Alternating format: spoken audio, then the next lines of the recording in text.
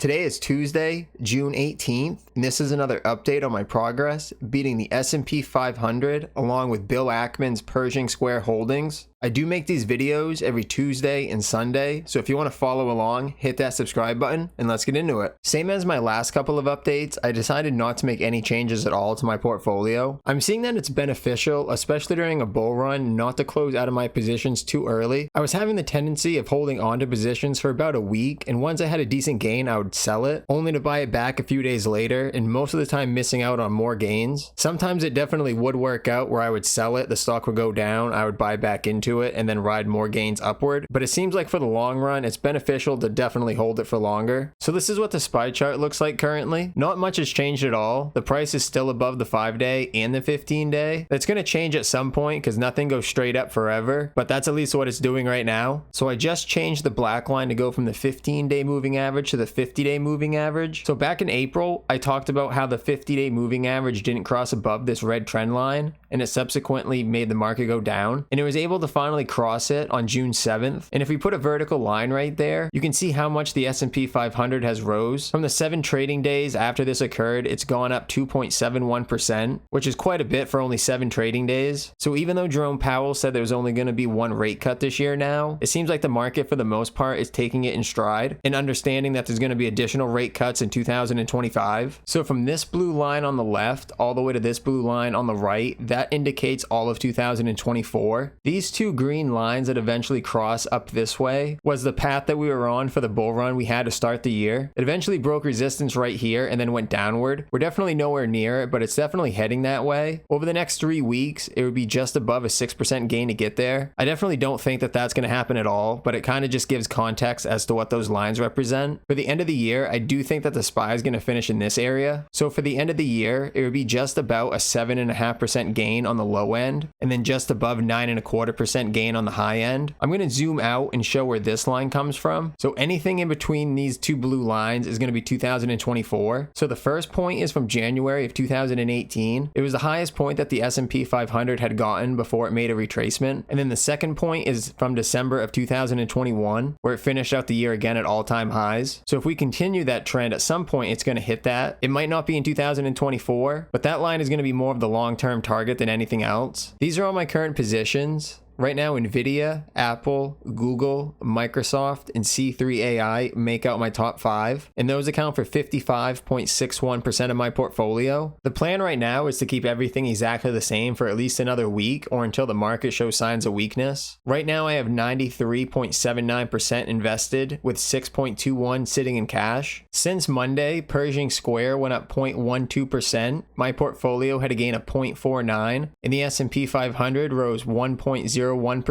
which brings us year to date. Pershing Square has a gain of 21.41. My portfolio has a gain of 20.66, and the S&P 500 on the year has a gain of 15.69. That's all I got for today. I do make these videos every Tuesday and Sunday, so if you want to follow along, hit that subscribe button, and I'll catch you on Sunday.